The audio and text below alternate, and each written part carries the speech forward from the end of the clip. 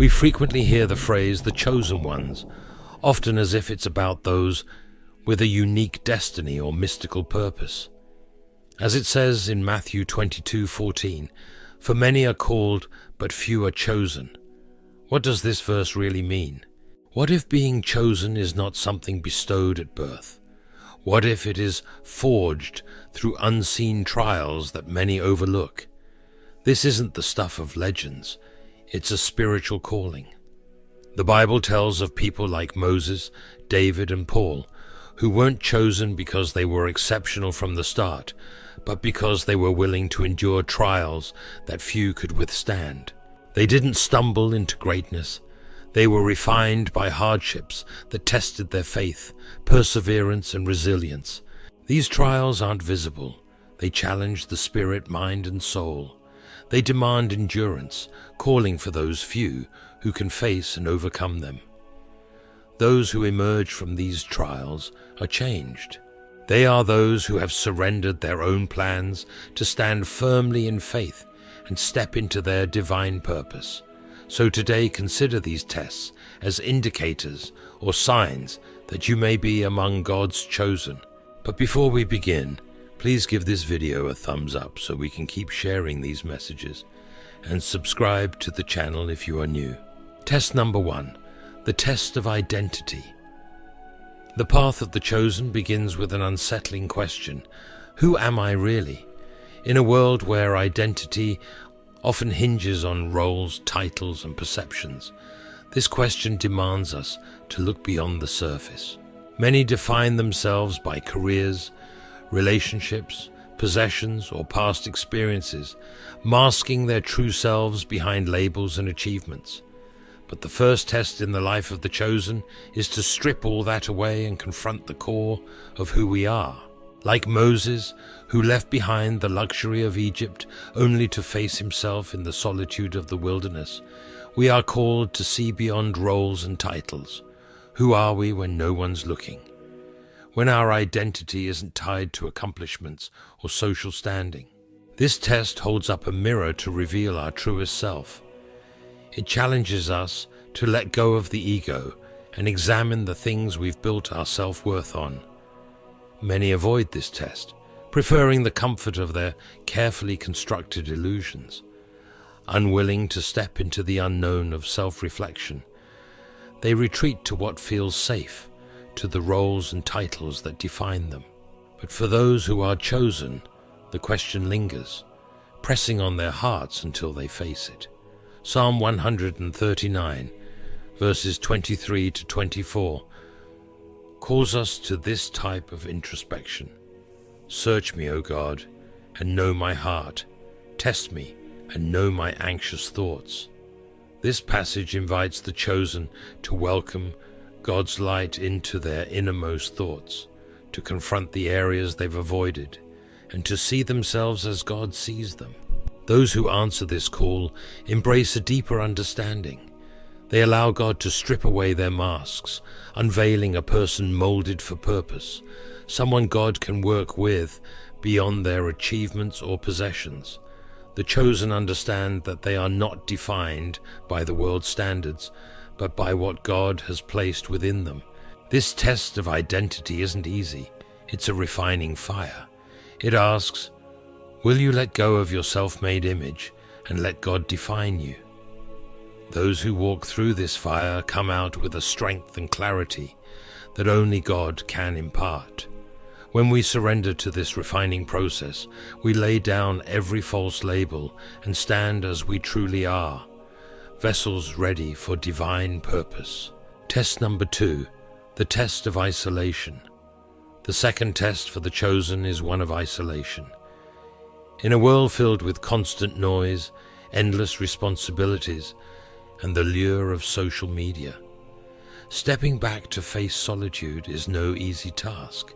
But there comes a point when those who are called must separate from the clamor and confront who they truly are in the quiet.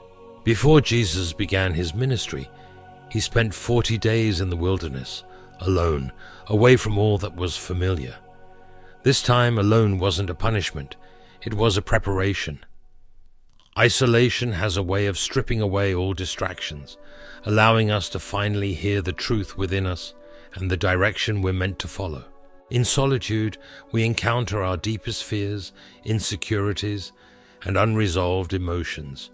This is where we are truly tested, facing aspects of ourselves that we may have long ignored. The silence forces us to confront things we'd rather avoid. It's here that God often meets us in a way we've never experienced before, as he did with Elijah on Mount Horeb.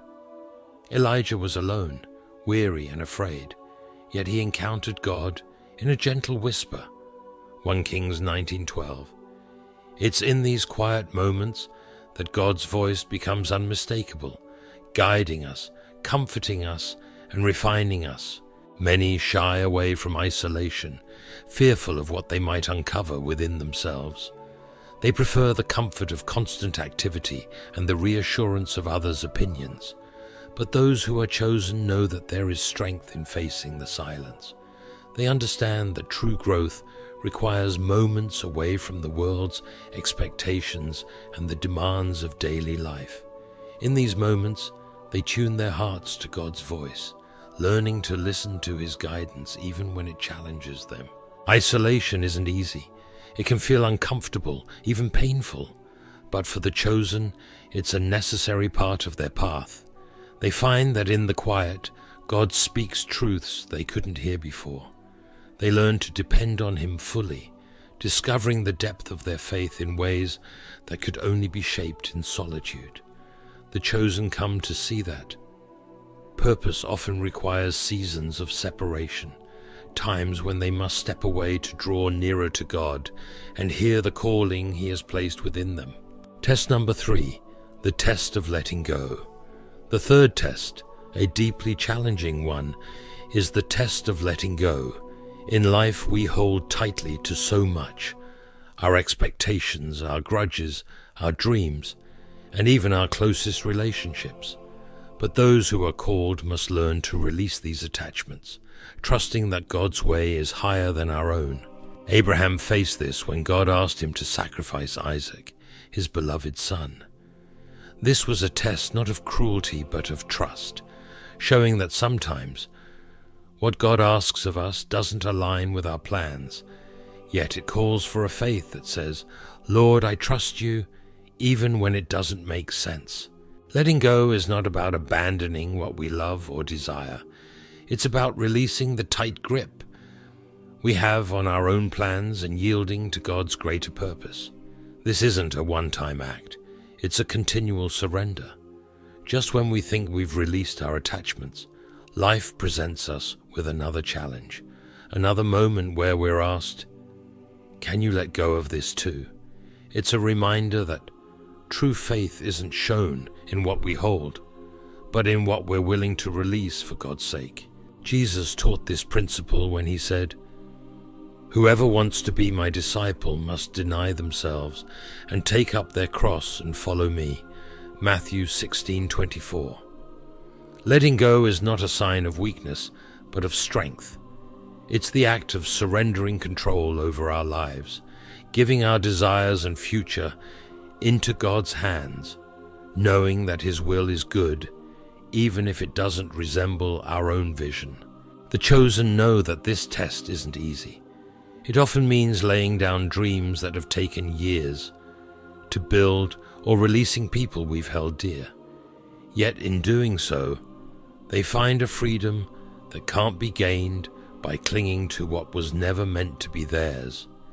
They learn that God's plan is filled with things far beyond what they could imagine, but only if they trust him with open hands. This test is one of sacrifice, but it also builds a faith that stands strong. In each act of letting go, they learn to see God's faithfulness more clearly, discovering that he fills every space they make for him. The chosen are those who walk forward, leaving behind their own will, strengthened by the peace of knowing that God's purpose will always be greater than any plan they could make for themselves. Test number 4, the dark night of the soul. The fourth test, often called the dark night of the soul, is one that has pushed even the strongest believers to their limits. It's a season marked by deep inner struggle and overwhelming hardship, where everything seems to crumble. Relationships fail, careers end, and life itself feels as if it's shrouded in darkness. But this isn't a punishment from God. Rather, it's a refining fire, a cleansing that strips away everything that doesn't belong to our true selves. Job faced this test when he lost his family, his wealth, and even his health, wrestling with hard questions about God's justice and love. In this dark season, God isn't withdrawing his love. Instead, he's removing the superficial layers we've built around ourselves, allowing what's real and unshakable to emerge. The chosen understand that this darkness won't last forever, and even when they can't sense God's presence, they cling to the truth that he is still there, working within the silence. As Psalm 23:4 declares, "Even though I walk through the darkest valley, I will fear no evil, for you are with me." It's a reminder that his hand is steady, guiding them through. This test strips away false comforts and empty securities, leaving only what's real. The chosen must stand firm in faith, even when they have more questions than answers. They endure a silence that feels heavy, where God's voice seems distant, yet they remain because they know that there is a purpose to this season. It's in these moments that they come to see the strength God has placed within them, a light that shines even in the midst of their deepest struggles. For those who endure, the dark night becomes a passageway to a clearer vision of God and a purer sense of purpose. They emerge not just with answers, but with a heart that trusts beyond what is seen or felt. This is where the chosen are shaped, not by comfort, but by faith that holds steady in the midst of trials. They understand that this process is making room for God's light to fill them in a way they couldn't have imagined before. The chosen come out of this test knowing that the darkness served a purpose, that in the quiet God was refining their spirits, making them vessels ready for his call. Test number 5, the test of faith. In the dark night of the soul, we're called to live by faith, not by sight. This 5th test asks us to place unwavering trust, not only in God, but also in the purpose set before us, a purpose we may not yet fully understand.